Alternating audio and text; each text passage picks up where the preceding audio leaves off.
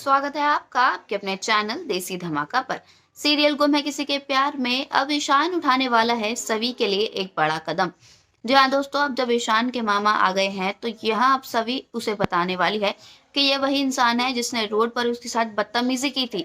और अब ये सुनकर ईशान अपने मामा की खाट खड़ी कर देने वाला है और कहने वाला है कि आपकी हिम्मत कैसे हुई मेरी सभी को हाथ लगाने की। असल में दोस्तों, अब जब सभी कॉलेज से आ रही थी तो यहाँ एक गाड़ी वाले ने उसे टक्कर मार दी। और तो और अब उसकी मदद करने के बहाने वो उससे बदतमीजी करना चाह रहा था, लेकिन सभी ने उसके इरादे पूरे नहीं होने दिए और भरी सड़क पर उसकी बेइज्जती कर दी।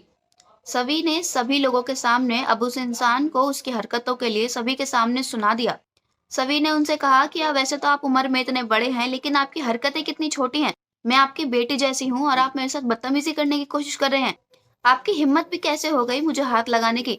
आपकी इस हरकत के लिए मैं पुलिस में जाकर कंप्लेन भी कर सकती हूँ अगर आपको पता हो तो। और आप जेल में चक्के पीसते हुए नजर आएंगे। दोस्तों, यहाँ जो ईशान के मामा हैं ये सभी को उल्टा जवाब देंगे और कहेंगे कि दो कौड़ी की लड़की मेरे सामने इतना एटीट्यूड दिखा रही है, किस बात का घमंड है तुम्हें? हो कौन आखिर तुम जो तुम मेरे सामने इतनी बुरी तरह बात करने की जरूरत कर रही हो? तुम्हें पता भी है अगर मुझे गुस्सा आ गया तो तुम्हारा क्या हश्र होगा? अब बात आई गई करके अब सभी जैसे ही घर पहुंची है तो यहाँ गेस्ट आने वाले हैं। और इन गेस्ट में और कोई नहीं, ईशान के मामा ही हैं। अब सभी यहाँ ईशान को बताने वाली है कि ये वही इंसान है जब आज कॉलेज से आते वक्त जिसने सड़क पर मेरे से बदतमीजी करी थी, मुझे गलत तरीके से छूने की कोशिश की थी। और जब मैंने इन्हें रोकना चाहा था तो इन्होंने मुझे उल्टा ही सुना दिया था। अब सभी की बात सुनकर ईशान को बहुत ज्यादा गुस्सा आने वाला है कि उसके मामा की इतनी हिम्मत कैसे हो गई कि उसने उसकी वाइफ को हाथ लगा दिया। और अब ईशान ने ना आओ देखा है ना ताव और सीधे जाके पहुंच गया है अपने मामा के सामने और कहने वाला है कि हाँ बताइए, क्या आप जानते हैं सभी को क्या करके आए हैं आप जो कारनामा करके आए हैं वो मुझे पता चल चुका है। तो इससे बेहतर है कि आप अपने मुंह से ही बता दें, वरना अगर मेरा हाथ उठा तो रुकेगा नहीं। दोस्तों, यहाँ जो मामा है वो सीधे सीधे झूठ बोल देगा और कहेगा कि वो तो सभी को जानता तक नहीं है, उसने सभी के साथ बदतमीजी नहीं की है और ना ही उसे कभी देखा है। ये जो सभी है वो झूठ बोल रही है। और यहाँ अक्का साहेब भी अपने भाई की बातों पर ही विश्वास करेंगी और कहेंगी कि तू किसकी बातों में आ रहा है ईशान, वो सभी तो है ही झूठी।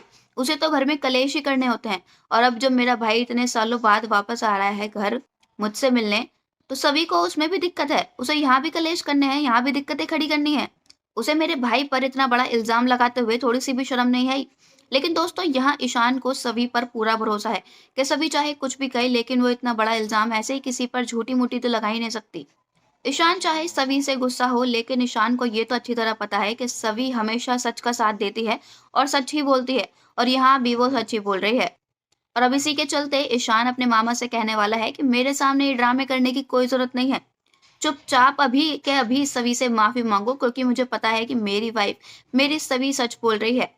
अगर आपने अपनी गलती नहीं मानी और सभी से माफी नहीं मांगी तो मैं अभी के अभी आपको हैरेसमेंट के केस में अंदर करवा सकता हूँ।